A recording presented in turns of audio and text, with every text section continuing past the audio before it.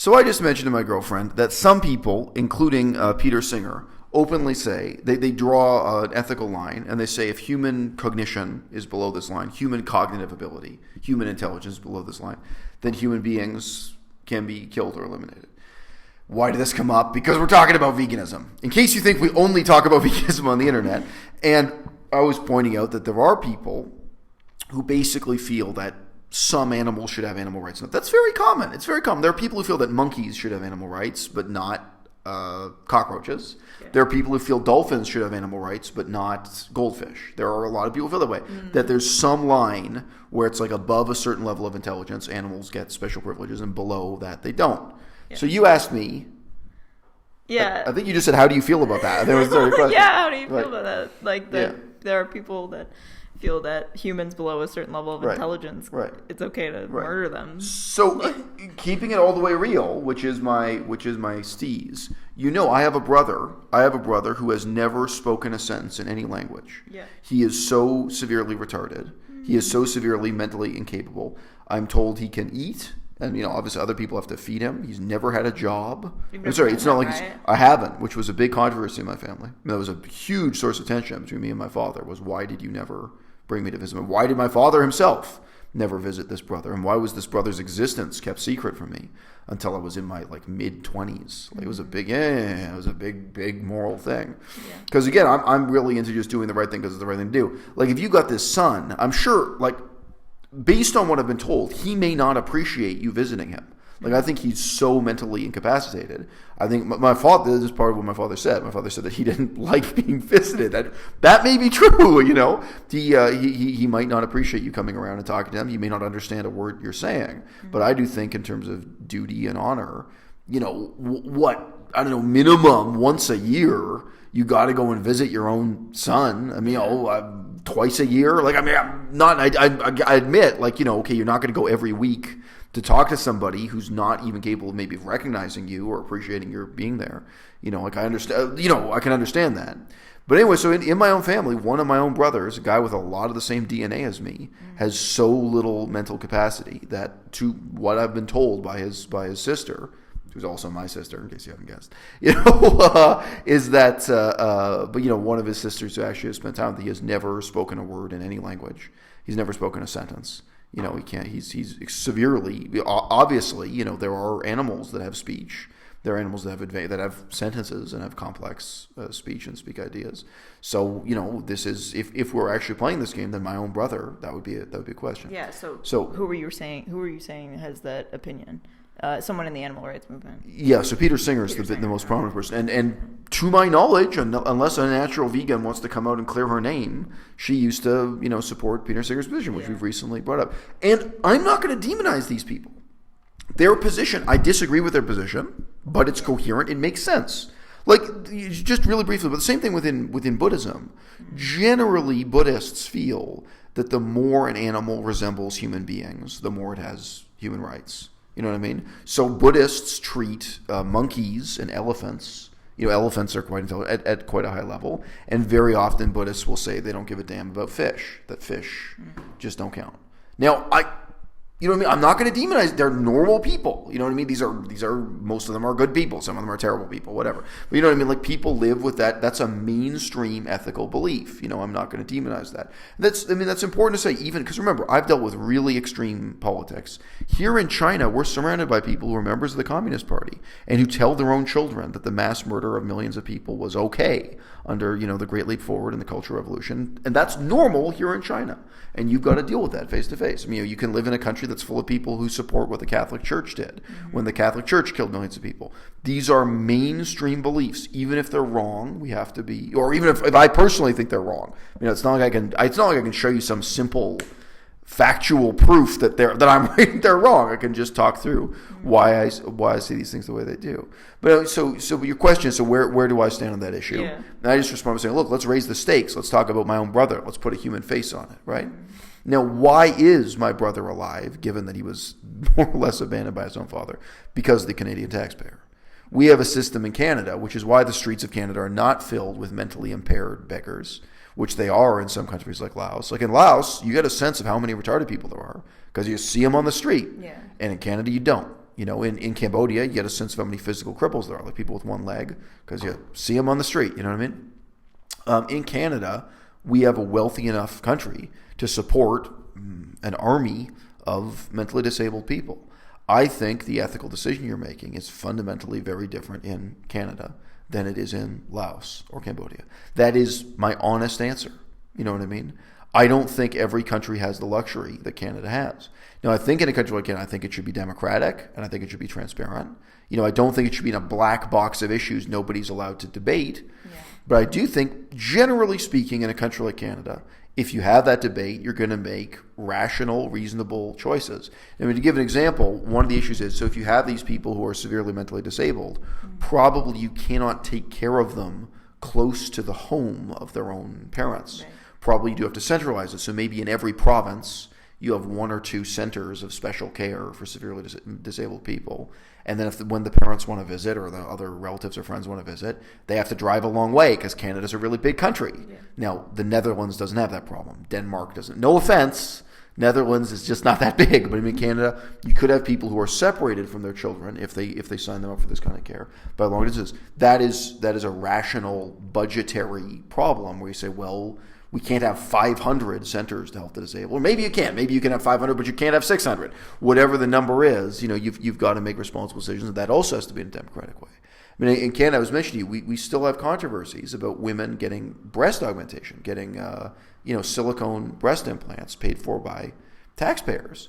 Part of democracy is drawing the line, like for psychological reasons, because their psychiatrist fills out a form saying it'll help raise her self-esteem, this kind of thing, and getting it paid for by taxpayers. Now, different people draw the line in different places. But sure, I mean, part of my answer is I'm actually comfortable with dealing with those questions in a democratic way. Democracy is not perfect. There are lots of examples of issues democracies can't deal with and deal with really, really badly. John Stuart Mill, his big concern was about the majority ruthlessly oppressing the minority.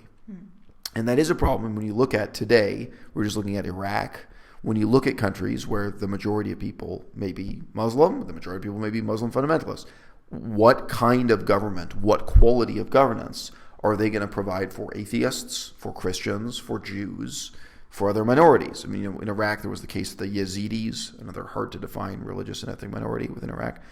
There are problems with the majority bullying the minority. But it's an interesting counterpoint to note that a lot of the time you have a totally helpless minority of people, like mentally disabled people. They have no ability to form a union or have lawyers, bargaining on their behalf or something. They have no ability to, lobby government or play the games other vocal minorities might do. But again, really give credit. Democracy is good at some things, bad at others. The sewage treatment. Democracy does not handle sewage treatment very well, You can make an argument that maybe dictatorships are better at dealing with sewage treatment. It is funny the way those things go. But, I think that's actually a very positive thing. And Canada and other wealthy Western countries are a positive example of that. Do I think, though, I've lived in Laos, I've lived in Cambodia. I've been involved, in my small way in humanitarian work and politics and everything there. And those are very different, hard decisions you have to make. I remember I saw one documentary about dealing with mentally disabled and insane people quite likely who had schizophrenia in some poverty-stricken areas of Africa. I remember a documentary that looked at it, and then you get into very different, very hard questions. Yeah. Answer your question? Yeah, I think it's just a case-by-case basis, like right. what exactly the disability level is, and right. But yeah, I mean, it is good that in civilized societies like in Canada, you can pay for the treatment of these people for their whole lives, but and that's what we do. It is a huge drain on. To me, sure. It seems like a drain on just society. And, yep. And somebody has to draw the line about it too. Somebody has to decide how are you actually going to deliver those services. But I just mentioned my approach here again is not a rights-based approach. My approach, I think a critic of mine would say it's just deontological. The question is, what can we do for them? Mm-hmm. How are we going to decide to do what we're going to do for them? And, how do we, but it's just about an ethic of care And the most fundamental idea here is doing the best you can. Yeah. And recognizing that in a third world, poverty-stricken, post-war country like Laos, the answer of doing the best you can may be totally different. I don't know if I've ever mentioned this to you, there was a heart-rending account of a young girl who was sold into sex slavery in Laos and came back with her mind completely broken. And the conditions that were described that she was living in, if she was returned to her family had a wooden attic. Probably the whole house was wood. I can imagine, having lived in Laos, the type of house this was. So in the upper story, they chained her to the wooden post that supported the wall. And what this article described was, all day, with no particular sleeping schedule, she would alternate between lying on the floor, sleeping, passed out, curled up in the fetal position, screaming and shaking, constantly screaming and shaking, and running in a straight line, obviously pulling on her chain, but running as if trying to escape. That was how she responded to the experience of being sold into sex slavery and obviously raped repeatedly and what have you. And the other thing that's eerie about this, if you've ever done research on this area, you can interview not dozens but hundreds of young women who went into prostitution at the same age, under the same conditions, and who even worked with the same pimps, because the same pimps work with hundreds at the same brothel, you know what I mean? And didn't respond to the experience in that way at all. But this young woman totally mentally collapsed. And the question was, what can we, as Laotian society, as a poverty society, what can we do for this young woman? Keeping her chained to a wall, chained to a post, is not a great solution. Putting her into a hospital in Laos, maybe worse. I mean, say if you go to the hospital, you know what I mean? Like, it's not, you know what I mean? What can we do with cases of extreme mental disability or extreme trauma or extreme insanity, mental incapacity, what have you? Those are really hard questions.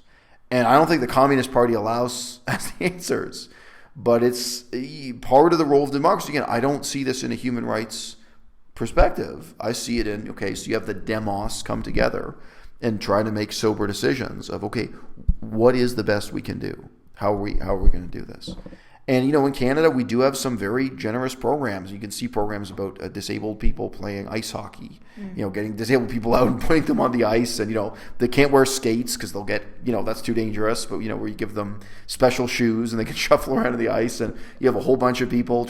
There are some very generous things we can do. But, between that and, actually having someone chained to a wall, metal and wood. And, obviously, this whole conversation happens in the shadow of Adolf Hitler.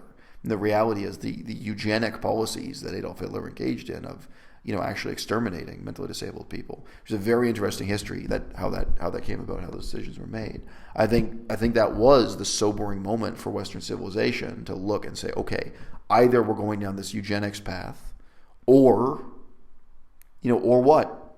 What does it mean to take responsibility for the fact that in any given society, a certain percentage of people are never going to be able to contribute. They're never going to be able to hold a job and pay taxes. And we got to look at our amassed wealth as taxpayers and just ask ourselves, what can we do for them, expecting nothing in return? And again, to keep it all the way real, there's also a sense in which that's not altruism, because there's a sense in which we don't want to see those people on the street. We don't want to see them begging on the street corners. And that is indeed partly for our sake. And we don't just want to not for their sake, them when they're born. Well, some do. I mean, some do. I think Peter Singer and so on. That's a real question. Some do. Peter Singer is pro-murder. He says if you don't reach a certain cognitive level, I'm certain with my brother, he would support murdering my brother. Yeah. Keeping it all the way real. À-bas-le-ciel.